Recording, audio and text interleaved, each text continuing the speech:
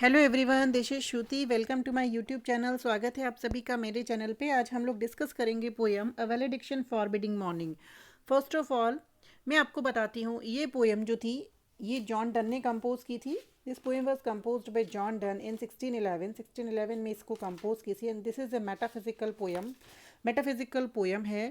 And for his wife Ann, उन्होंने अपनी wife N के लिए ये पोएम लिखी थी, एन डन के लिए। ठीक है। और क्यों लिखी थी? Before he left on a trip to Europe, जब वो यूरोप जा रहे थे अपनी वाइफ को छोड़कर, तब लिखी थी। This is a 36 line love poem that was published in 1633, collection songs and sonnets 2 years after Donne's death. और ये पोएम 1633 में पब्लिश हुई थी, डन की डेथ के 2 साल बाद में। Based on the theme of two lovers about to part for an extended time, and this poem is notable for its use of conceit, ingenious analogies and to describe the couple's relationship. इस poem में बड़ी ही शानदार उन्होंने conceit present की है इस, और इन सब चीज़ों के लिए बहुत ही फेमस पोएम है। So let's start the poem. So, a virtuous men pass mildly away and whisper to their souls to go, while some of their sad friends do say the breed does goes now, and some say no. In this poem, the poet wants to approve his this saying that virtuous people are do not afraid of death. वो कहता है जो virtuous, जो गुणी लोग होते हैं, noble man जो होते हैं, वो मरने से नहीं डरते। वो चुपचाप पास अवे हो जाते हैं, वो मर जाते हैं। दे पास अवे क्वाइटली। ठीक है, वो क्वाइटली साइलेंटली चले जाते हैं, कुछ भी नहीं कहते, कुछ भी कोई साउंड क्रिएट नहीं करते। And gently ask their souls to depart from this world without any mourning and crying. अपनी सोल को वो जेंटली, बड़ी ही सॉफ्टली बोल देते हैं कि इस दुनिया से चले जाओ छोड़कर, बिना कोई साउंड करे, बिना कोई रोना मचाए। Even though their friends are sad at their death, हालांकि उनके फ्रेंड उनकी डेथ से बड़े दुखी होते हैं, सैड होते हैं। And want that they should live here for some time more, ये चाहते हैं कि वो कुछ और समय के लिए इस दुनिया में जीवित रहे। Others do not want them to die at all, मतलब दूसरे नहीं चाहते वर्चुअस मैन इस दुनिया से जाए, but still they go quietly and silently without making any noise. तो भी वो बड़ी ही शांति से चले जाते हैं। लिटरेरी डिवाइसेस हम साथ के साथ देखेंगे। सिमली का यूज़ है from the beginning of the line, शुरुआत से ही इसमें सिमली का यूज़ किया गया है। आगे चलते हैं। So let us melt and make no noise, no tears flood, no sigh tempest move, 'twere profanation of our joys to tell the lady our love. Speaking to his wife, the poet says that like virtuous people, let them also bid goodbye to each other without making any noise about it. Melt का मतलब होता है part, दूर हो जाना। एक दूसरे से हमें भी वर्चुअस मैन के जैसे दूर हो जाना चाहिए, बिना कोई आवाज़ करे, बिना रोए। एक दूसरे से हमें दूर हो जाना चाहिए, एक दूसरे को गुड बाय बोल देना चाहिए। Neither they neither they should rise floods bye there tears, उन्हें अपने आंसुओं की बाढ़ नहीं लानी चाहिए। Nor storm bye their size, ना ही उन्हें अपनी आहें भर के उससे तूफान पैदा करने चाहिए। It would be a vulgarization of their love, इससे उनकी लव की एक इंसल्ट होगी, वल्गराइजेशन होगा। To mourn and weep and in this way tell the world of it, क्या वो इस तरह से दुनिया को अपने प्रेम के बारे में बताएंगे? लेटी का मतलब होता है world. There love is something sacred and they must not defile it, उनका प्रेम तो बड़ा पवित्र है, तो क्या वो इस तरह से इसको अपवित्र करेंगे, डिफाइल करेंगे, दुनिया को ये बताएंगे कि वो एक दूसरे के दूर होने से रो रहे हैं? तो यहाँ कई लिटरेरी डिवाइसेस देखेंगे तो यहाँ हाइपरबली का यूज़ है। ठीक है, बहुत ही शानदार इमेजरी प्रेजेंट की गई है। आंसुओं की बाढ़ है और साई से तूफान आता है। देन टू टेल मी एलिटेशन का यूज़ है। उसके बाद इंजेबमेंट का, यहाँ भी इंजेबमेंट का यूज़ है, ENJABMENT, मतलब कि कोई पंचुएशन मार्क्स नहीं है लास्ट में, सीधा डायरेक्ट लाइन दूसरी लाइन पे चला गया। यहाँ भी इंजेबमेंट का यूज़ किया गया है। नेक्स्ट स्टैंजा देखते हैं। Moving of the earth brings harms and fears, man reckon what it did and meant, but trepidation of the spheres though greater far is innocent. वो कहता है moving of the earth is during an earthquake causes harm and gives rise to great fears. वो कहता है जब earthquake के दौरान अर्थ move करती है तो उससे बड़े बड़े हार्म्स होते हैं, डिस्ट्रक्शन होता है और बहुत ज़्यादा डर भी लगता है। ठीक है। Man reckon what it did and meant, man calculate, people calculate the damage it does, people केवल उनको कैलकुलेट करता है, रेकन करता है कि इससे क्या हार्म हुआ है। But movement of the spheres though much greater, लेकिन जो ट्रेपिडेशन स्पेयर्स करती है, प्लैनेट्स करती है, जो मूवमेंट वो बहुत ज़्यादा बड़े मात्रा में करती है। But it causes no damage, उससे कोई डैमेज नहीं होता। And people are not afraid of it, ठीक है, वो इससे बड़ी मात्रा में होता है लेकिन कोई डैमेज नहीं करता और लोग उससे डरते भी नहीं हैं। इट इज़ इनोसेंट, वो उससे कोई डैमेज नहीं होता। ठीक है, it is like the trepidation of the spheres that is oscillation of the earth around its planets.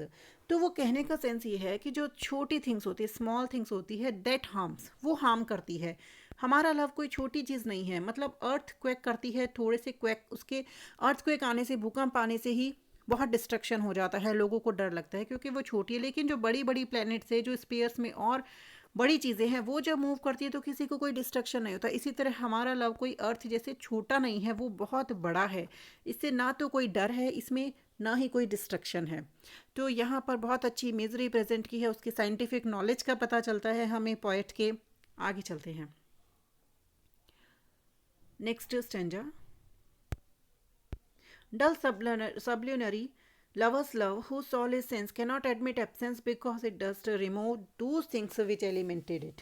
वो कहता है insensitive earthly lovers, those whose love is confined only to the senses, cannot endure the absence of the object of their love. वो कहता है कि जो सबलिनरी, जो worldly lovers है, इस दुनिया के लवर्स है, जिनकी सोल इज सेंस, मतलब कि जिनकी बेसिक थिंग, जिनकी जो आत्मा ही वो सेंस है, मतलब बॉडी है, दोनों ने एक दूसरे के शरीर से जिन्होंने प्रेम किया है, वो एडमिट नहीं कर पाते एक दूसरे की एब्सेंस को। वो एक दूसरे के बिना नहीं रह पाते, मतलब जो फिजिकल लव होता है उसमें एक दूसरे की बॉडी की ज़रूरत होती है, वो एक दूसरे की एब्सेंस को फील करते हैं। For absence remove the physical self of the beloved on which there love is based. और वो ऐसा क्यों करते हैं? क्योंकि एब्सेंस होने की वजह से, एक लवर के दूसरे लवर के दूर जाने की वजह से, वो शरीर दूर हो जाता है जिससे वो प्रेम करते हैं। तो हम कोई शरीर के प्रेमी नहीं है। तो जो इस दुनिया के जो वर्ल्डली लवर्स है, जो एक दूसरे के केवल शरीर से प्रेम करते हैं, उनको एब्सेंस का फील होता है कि एक दूसरे की कमी महसूस होती है। आगे वो प्लेटोनिक लव की बात करेगा। But we by a love so much refined that our sex selves know not what it is inter a short of the mind careless eyes lips and hands to miss. वो कहता है but their love is so spirited and refined, refined means pure, लेकिन उनका love तो इतना pure है, इतना spirited है, that even they themselves do not understand its real nature, कि उनको भी नहीं पता कि उनके इस लव का रियल नेचर क्या है। ठीक है, उसके बाद वो कहता है इंटर एश्योर्ड वाला, हाँ, inter assured of the mind, it is mystery even to them, they are so sure of each other soul. वो इतने एक दूसरे पर इंटर एश्योर्ड है, इतना एक दूसरे पर ट्रस्ट करते हैं, that physical self, eyes, ears, lips, hands etcetera doesn't matter at all to them, कि उनको एक दूसरे पे माइंड से ही, स्पिरिचुअल तरीके से ही एक दूसरे पर इतना ट्रस्ट है कि उनको नहीं परवाह अपनी बॉडी की किसी भी पार्ट्स की। They are careless towards their eyes, lips, hands to miss, मतलब उनको नहीं, उनकी कोई केयर ही नहीं है, उनके लिए वो केयरलेस है। Means there is a spiritual passion and it is not affected at all by the absence of the beloved. उनका जो स्पिरिचुअल पैशन है वो बिलव्ड की एब्सेंस से कोई प्रभावित नहीं होता, क्योंकि उनकी आत्माओं में प्रेम है, उनको शरीर की ज़रूरत ही नहीं है। Next, our two souls, therefore which are one, though I must go endure not yet a breach, but an expansion like gold to airy thinness beat. उसके बाद वो कहता है love has fused their two souls into one. उनकी दो आत्माएं थी, love की वजह से वो एक हो गई, अब उनकी दोनों आत्माएं एक हो गई। Therefore even if it has to go away, their souls would not separated. उसके बाद वो कहता है यदि मुझे कहीं जाना पड़े तो हमारी जो आत्माएं हैं वो सेपरेटेड नहीं होगी, क्योंकि वो एक हो चुकी। His absence would not cause any breach in their love, breach means break, उनकी एब्सेंस से उनके लव में कोई ब्रेक नहीं होगा, टूटेगा नहीं एक दूसरे के दूर जाने से, बल्कि क्या होगा, rather his going away only means that their love would cover a larger area just as gold then when beaten does not break but expands wider and wider. वो कह रहा है कि बल्कि मेरे तुम्हारे दूर जाने से हमारा लव बड़े एरिया तक फैल जाएगा, जैसे अगर हम गोल्ड को पीटते हैं तो वो बड़े एरिया में फैल जाता है, टूटता नहीं है, वो एरी थिननेस हो जाता है, पतला होकर बड़े एरिया में फैल जाता है। उसी तरह से मेरे दूर जाने से हमारा लव भी बड़े एरिया में फैल जाएगा। ठीक है, वो टूटेगा नहीं, ब्रेकअप नहीं होगा उसका। If they be two, they are two so as stiff to encompasses are two. Thy solar fixed foot makes no show to move, but does it if the other do. इनको दोनों को साथ में पढ़ेंगे। And though it is in the center sit, Yet when the other far does roam, leans and hearkens after it and grows erect as that comes home. उसके बाद वो कहता है, ठीक है, अगर if one sense their souls can be regarded as two, ठीक है, यदि मान लेता हूँ कि हमारी सोल्स दो भी है, आत्माएं दो भी है, because they are like two compasses, तो वो दो कैसे है, they are just like two compass, मतलब कंपास की टू निडल के जैसे है, ठीक है, टू निडल्स ऑफ कंपास. हर soul does not want to move itself but it made to move because the other moves. उसकी सोल मूव नहीं करती, एक जगह रहती है, उसकी बिलव्ड की, ठीक है, और मैं सब जगह मूव करूँगा लेकिन फिर भी कनेक्टेड तुमसे ही रहूँगा इन वन सेंस. ओके, उसके बाद देखते हैं, the beloved is like the foot of the compass which remains fixed at the centre.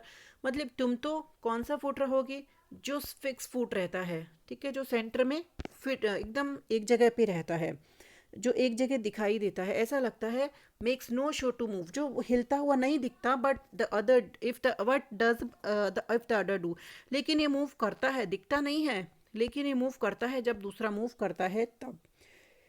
उसके बाद वो कह रहा है कि वो but it leans and follows the other foot when it moves. लेकिन ये सेंटर में रहता है, लेकिन ये झुकता है थोड़ा सा और साथ साथ मूव करता है जब दूसरा मूव करता है, उसके साथ साथ ये मूव करता है. And grows erect and unites with the moving foot when it returns to the starting point after completing the circle. और वापस से सीधा खड़ा हो जाता है, इरेक्ट हो जाता है जब दूसरा फुट उसके पास में आ जाता है. तो इसके द्वारा वो कहना क्या चाह रहा है, similarly his going away would be like the moving of the foot of the compass and they would be united when he returns home. कि मेरा दूर जाना उस कंपास के इस फुट के जैसे है जो दूर गया है, और मेरा वापस आकर मिलना कंपास के दोनों फुट का मिलने जैसा हो जाएगा, दोनों हम फाइनली आपस में मिल जाएंगे. सो वो कह रहा है, such wilt thou be to me, who master like the other foot obliquely run. Thy firmness makes my circle just and makes me and where I begun. वो कहता है, the beloved has the same relationship with the lover as the fixed foot of the compass has with the moving foot. मतलब हमारे बीच वैसा ही relationship है जैसा कि compass के दोनों फुट के बीच में होता है. कैसे होता है, which moves and draws a circle, इसके जैसे जो सर्कल बनाते हैं वैसा ही. It is the firmness of the fixed foot which enables the moving foot to draw a circle correctly and then return to the place from where it begin. वो कहता है कि ये तो तुम हो जिसकी वजह से मैं वापस आऊँगा, जैसे कि ये तुम्हारी फर्मनेस है, तुम्हारी लॉयलिटी है, तुम्हारी मेरे प्रति वफादारी है कि तुम वहीं एक जगह ही मेरा वेट करो, वहीं जैसे फिक्स्ड फुट खड़ा रहता है तभी दूसरा फुट उसके पास दौड़कर वापस आता है, ठीक है. Then the return to the place, जहाँ से वो शुरू होता है वहीं आ जाता है. Similarly it is her love and faithfulness which would enable him to perform his journey successfully and then return to the place from where it begin. वैसे ही मैं तभी सक्सेसफुली तुम अपनी जर्नी पूरी करके तुम्हारे पास आऊँगा जब तुम मेरे प्रति वफादार रहोगी, वहीं आ जाऊँगा जहाँ से मैंने शुरुआत की थी. Similarly it is her love, तो तुम्हारा ही लव होगा जब मैं तुम्हारे पास आ जाऊंगा. So here the poem ends, यहाँ ख़त्म होती है. थोड़ी लिटरेरी डिवाइसेस हम और देखेंगे, बीच में रह गई थी हमारी. देखिए यहाँ तक हमारा हो गया था, हाँ जी. उसके बाद यहाँ साइंटिफिक नॉलेज का आ जाता है. नेक्स्ट में हम यहाँ देखेंगे कि ओवर टू सॉल्स, यहाँ पर पैराडॉक्स का यूज़ है, PARADOX, मतलब दो सॉल है बट फिर भी वो वन है, तो यहाँ पैराडॉक्स का यूज़ है. देन यहाँ सिमली का यूज़ किया गया है. उसके बाद हम नेक्स्ट स्टेंजा में देखते हैं, यहाँ भी अगेन सिमली का यूज़ है एज स्टिफ टू इनकम्पास, यहाँ सिमली का यूज़ किया गया है, ठीक है, अगेन. लेकिन कंसीट का भी यूज़ है, मतलब बहुत ही अच्छी मात्रा में इसने एक्सटेंडेड मेटाफर का यूज़ किया है, बहुत बड़ा चढ़ाकर यहाँ यूज़ किया गया है. देन एज स्टिफ वाला हो गया. देन एनाफोरा का यूज़ है, ANAPHORA. एक स्टैंजा में फर्स्ट वर्ड का रिपीटेशन है स्टार्टिंग लाइंस में. देन लास्ट पैराग्राफ में अगेन लाइक में सिमली का यूज़ है.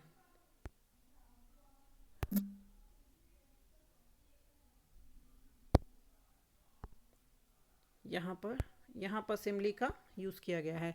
उसके अलावा जो इसमें अदर लिटरेरी डिवाइसेस को यदि हम नोटिस करें, देन इसके जो सिंबोलिज्म का इसमें यूज़ किया गया है, सिंबॉलिक क्या है इसमें, गोल्ड को सिंबॉलिक माना गया है, गोल्ड को, wait, gold is the symbolic of the value of the lovers. उनके जो रिलेशनशिप है उसकी वैल्यू को बताने के लिए वो कितना वैल्यूबल है और कितना deeply they are connected to each other, एक दूसरे से कनेक्टेड है। उसके बाद ड्राइंग कंपास जो है, कंपास वो भी सिंबॉलिक है।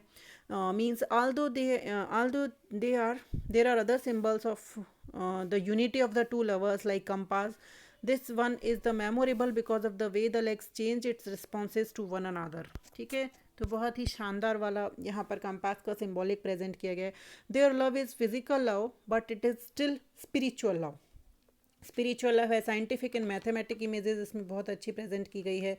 Similarly I have already told you, and इसका जो टाइटल है that is also I have already explained you. And tone जो है इसकी वो मेलोड्रामेटिक टोन है, मतलब मेलोड्रामेटिक टोन है but still it is optimistic. The poem is serious but tone it's optimistic है कि फाइनली कुछ भी हो वी विल रीयूनाइट, हम लोग रीयूनाइट हो जाएंगे। एल्यूजन्स का इसमें जो यूज़ है वो साइंटिफिक रेफरेंसेस के थ्रू ही इसने एल्यूजन को प्रेजेंट किया है। ठीक है, उसके बाद मेजर थीम अगर इसके डिस्कस करें, love, separation and acceptance are the major and significant theme of the poem. That though the lovers are going to part due to circumstances yet their love will remain pure and true. कि circumstances, परिस्थितियों के कारण lovers दूर हो सकते हैं लेकिन वो उनका लव हमेशा प्योर और ट्रू रहता है। Metaphysical conceit I have already told you, imagery भी आपको बता दी। उसके अलावा नेक्स्ट इसमें अगर हम देखें तो जो राइम स्कीम है that is also important. Rhyme scheme इसकी ए बी निकलती है। This is the rhyme scheme of the poem. Then next thing is that इसकी जो फॉर्म है पोएम की वो ये मान लीजिए कि 9 स्टैंजा पोएम है ये, और with 4 lines in each stanza, इस टाइप का, मतलब कोई ट्रेन बनता है हर स्टैंजा का। So if you like my video then please subscribe my channel. Thank you very much.